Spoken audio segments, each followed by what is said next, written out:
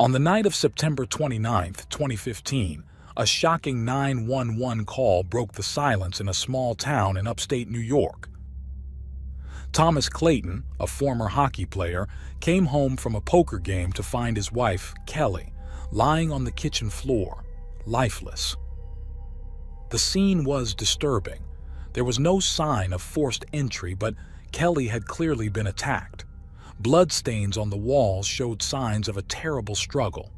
As detectives started looking into what happened, they uncovered secrets that hinted at something much darker.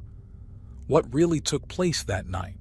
And who was responsible for Kelly's tragic death? The truth would soon reveal a shocking twist no one expected.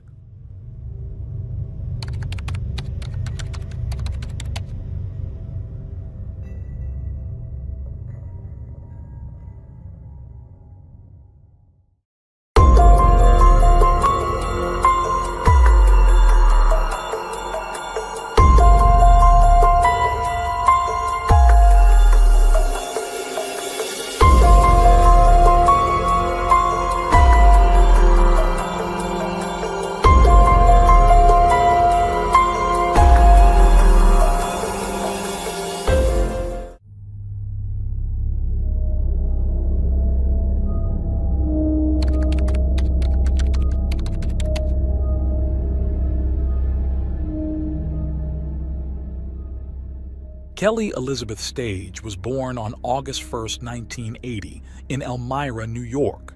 She was the youngest of 3 children of Elizabeth and Howard Stage, both of whom were beloved in the community, especially Howard, who had served as the longtime chief of the local volunteer fire department. Growing up, Kelly was surrounded by her loving family, which included her brother Lenny and her older sister Kim, who, being 10 years her senior, took on a protective role in Kelly's life. The Stage household was filled with warmth and affection, allowing each family member to thrive in their own way. Kelly attended a liberal arts-focused school where she excelled, not only making the honor roll, but also standing out as a cheerleader and softball player. Those who knew her described her as someone who easily saw the good in people and situations, always radiating positivity and a zest for life. Her optimistic and outgoing nature made her naturally attract others. In 1998, Kelly graduated with a degree in education from the State University of New York, and though many assumed she would begin teaching immediately, she surprised everyone by taking a different path. She packed her bags and moved to Las Vegas, where she started working as a cocktail waitress. However, the pull of home was strong, and by 2000, she returned to Elmira to spend Christmas with her family.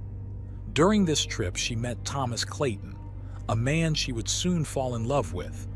Thomas, a native of Binghamton, had graduated in 1998 and joined Elmira's minor league professional hockey team, where he played forward for 4 seasons.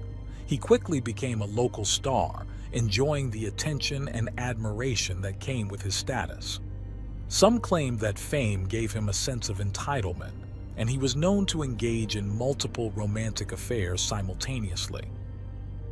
His reckless behavior even led to an arrest after dancing naked on a bar table.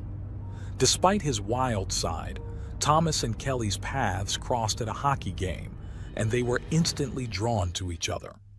That same night, they ran into each other at a local bar, and their relationship blossomed from there. The couple was inseparable, and within a year they married, with Kelly taking her husband's surname and becoming known as Kelly Clayton. Around this time, Thomas's hockey career came to an abrupt end due to an injury. After retiring from the sport, the couple settled in the small town of Caton, New York, where Thomas became the owner of a franchise that specialized in water and fire damage restoration. In 2008, their first child, a daughter named Charlie, was born, and Kelly embraced motherhood with an overwhelming sense of love and devotion. A few years later, the birth of their son Cullen brought even more joy into Kelly's life, as she devoted herself entirely to her family. To those on the outside, the Claytons seemed like the perfect, happy family. Thomas focused on running his business, while Kelly balanced waitressing at a local restaurant and caring for their 2 children. Everything seemed idyllic until tragedy struck in 2015. On the night of September 29, 2015, Kelly was at home with her children while Thomas was out playing poker at a friend's house. Just after midnight, Thomas made a frantic call to 911, reporting that he had found his wife lying unresponsive on the floor. When the local sheriff's office and New York State Police arrived at the scene, a paramedic confirmed Kelly had died. Initial forensic evidence revealed she had been brutally beaten to death. Investigators found no signs of forced entry, leading them to believe that Kelly's killer may have been someone she knew. A trail of blood led from the upstairs to the kitchen, where Kelly's body was discovered, indicating that she had tried to flee during the attack. A hole in the wall at the bottom of the staircase was evidence of the sheer violence of the assault, and blood spatter on the walls and floors pointed to her having been struck repeatedly with a blunt object. While questioning Thomas and neighbors in the hours following the murder, a critical piece of evidence came from an unexpected source: Kelly's daughter, Charlie. The 7-year-old told the county sheriff that she had seen a man hurting her mother. During her conversation with the officer, Charlie revealed a chilling detail. She described how her mother had run down the hallway, yelling for her to escape. But the most haunting part of her account came when she mentioned that although the attacker had been wearing a hood, his eyes looked just like her father's. At that moment, authorities called in a child forensic investigator to assist with talking to Charlie about the traumatic event. A second interview with her took place at the county's Child Advocacy Center, where every question revolved around Thomas. According to Charlie, the mask worn by the assailant resembled one her father used when he went hunting. When asked to describe the man's size, Kelly's daughter, Charlie, said he was as tall as her father. She also pointed out a similarity in the jeans the man was wearing. Although suspicion toward Thomas grew due to the child's statements, he was at a friend's house that night, about 20 miles from his home, a drive of roughly 30 minutes. Furthermore, when he discovered Kelly's body and rushed to a neighbor's house to call 911, there was no blood on his hands or clothes, and he hadn't had enough time to clean himself up. The police were left with several unanswered questions. Thomas's alibi was corroborated by others who were with him that night. However, investigators learned that Thomas had borrowed a woman's cell phone to make a call only 90 minutes before returning home and finding Kelly's body. This raised more doubts. As the hours passed, the preliminary autopsy report on Kelly's body was released. It revealed that she had died from severe head trauma and damage to the lower part of her brain. In addition, her body was covered in bruises. She had abrasions, fractures to her face, and a serious contusion on her right hip. According to the forensic expert, the blows were so brutal that Kelly's body was almost unrecognizable, making it difficult to estimate her age and appearance. She also had defensive wounds on her arms and hands, including broken fingers, which indicated she had fought for her life. With the growing suspicion surrounding Thomas, investigators analyzed his cell phone records and noticed a high volume of messages and calls that pointed to a mysterious connection with a man named Michael Beard. In fact, Beard was the person Thomas had called the night of the murder. Michael Beard was a worker living in Elmira, in an apartment owned by the Clayton family. He had previously worked for Thomas's business and was often invited to do jobs around the family property.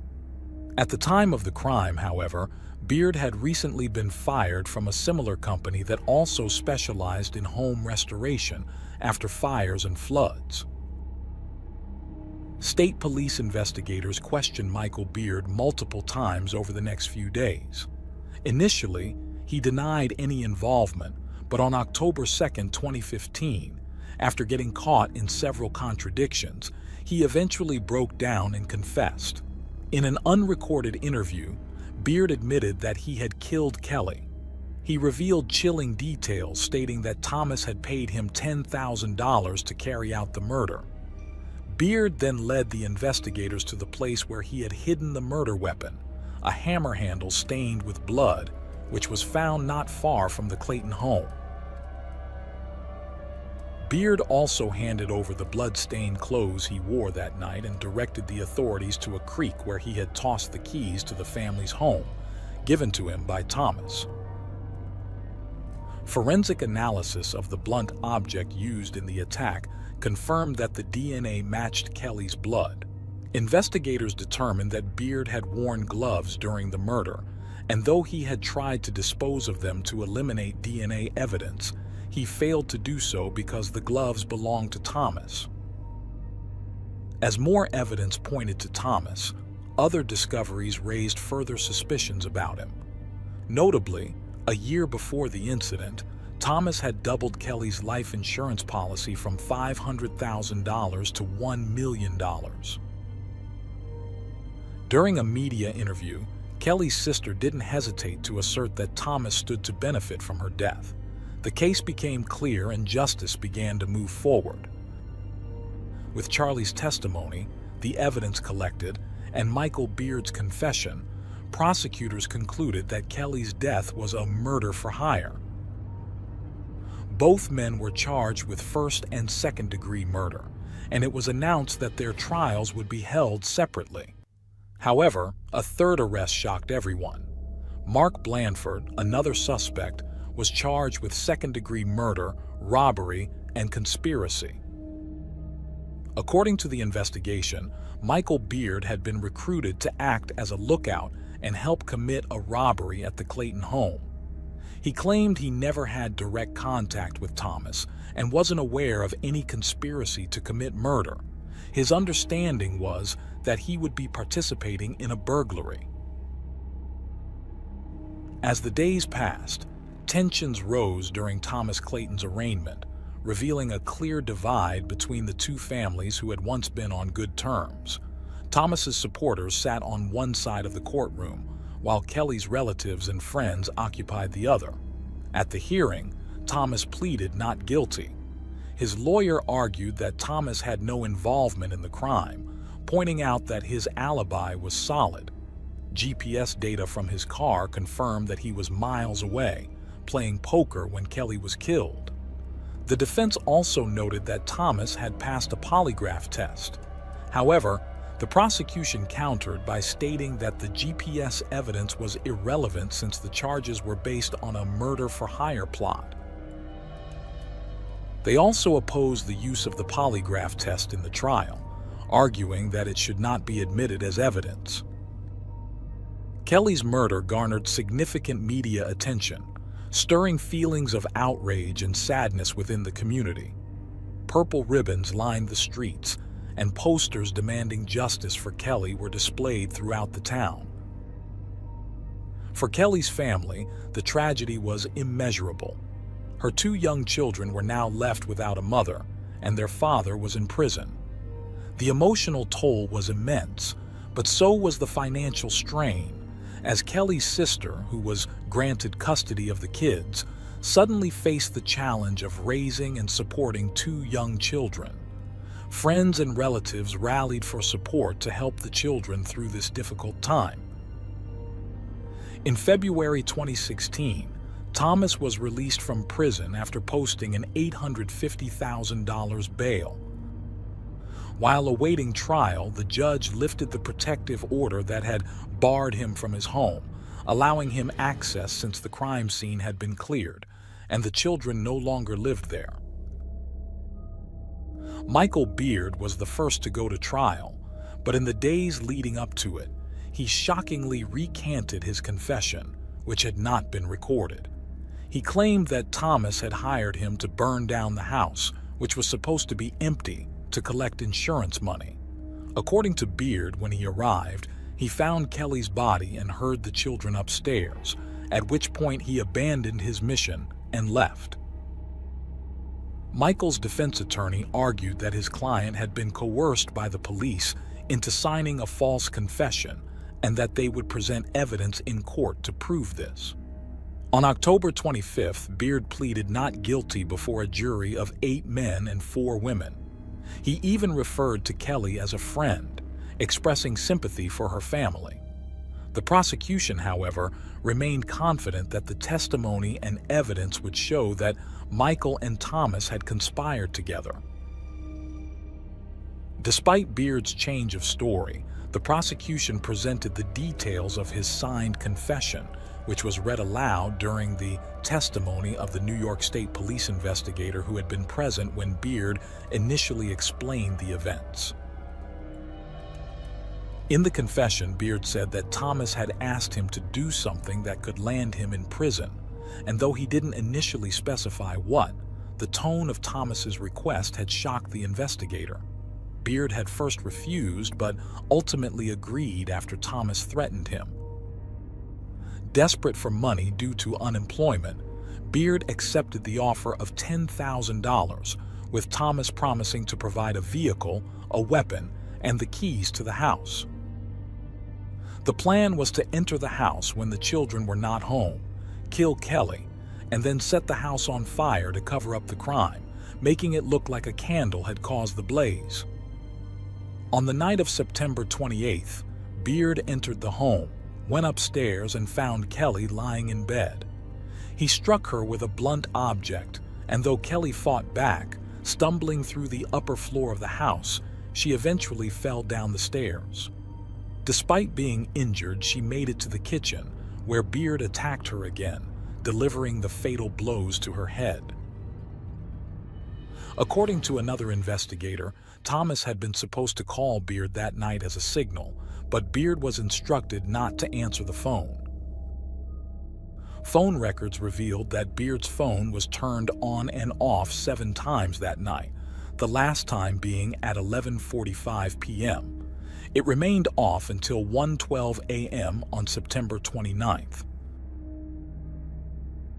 The trial included extensive forensic evidence, such as Michael's DNA found on the blunt object used to kill Kelly.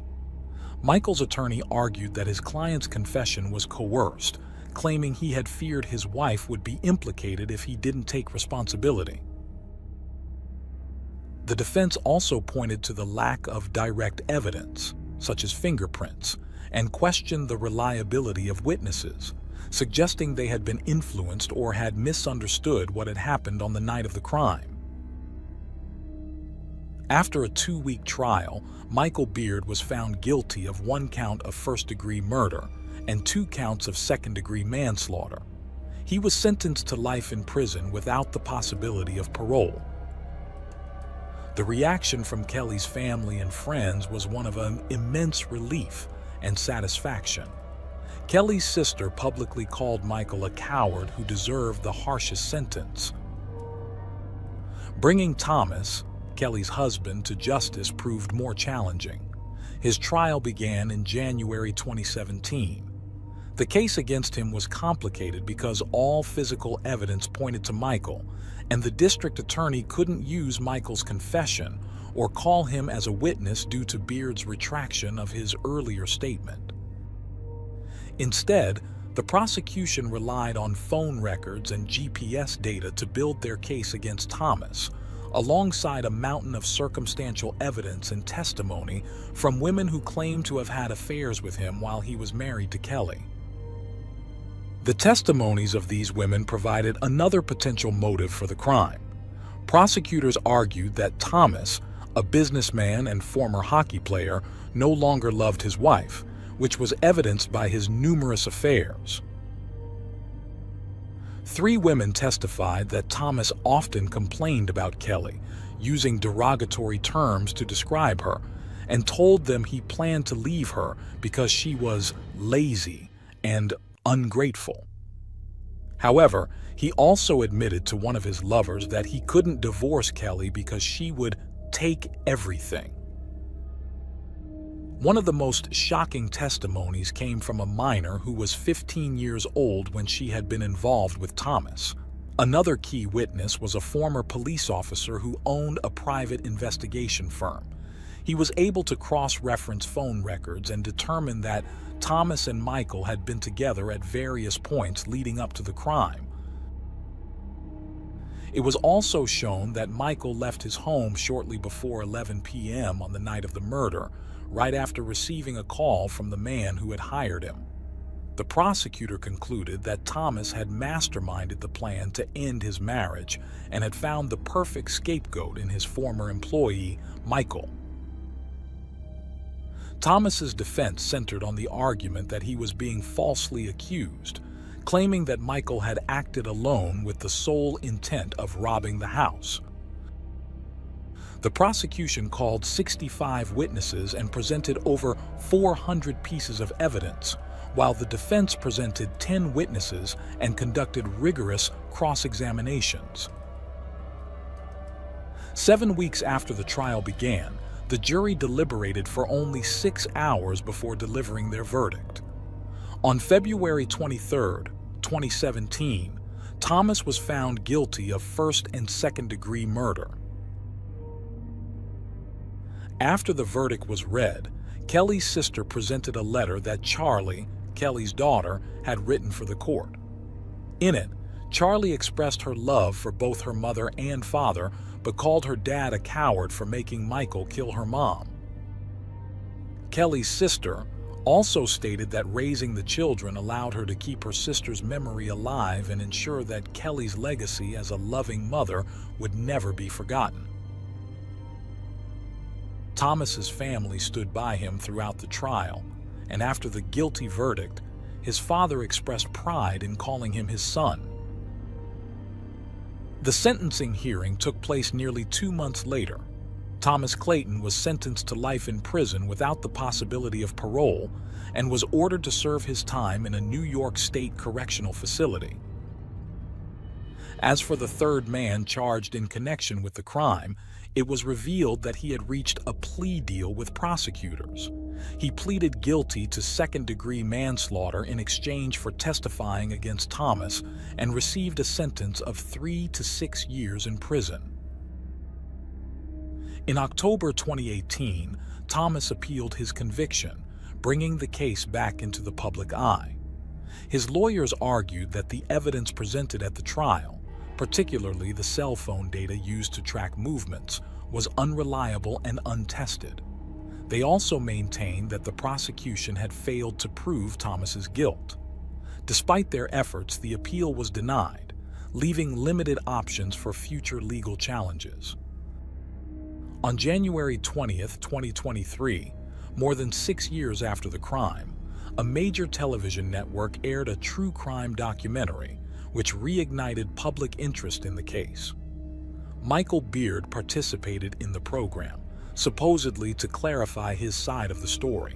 In the interview, he continued to claim his innocence, asserting that both Thomas and the police had set him up and that he had nothing to do with Kelly's murder.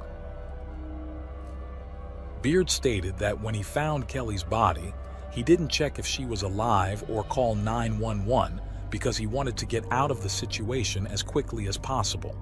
He explained that, as a black man, the mere thought of being found in the home of a dead white woman in the middle of the night terrified him. Beard also claimed that he had encountered someone else inside the house, but was unable to see their face, as the person knocked him down while fleeing. Thomas refused to be interviewed for the program, while Kelly's family shared that her children were doing well, growing up happy despite everything they had been through.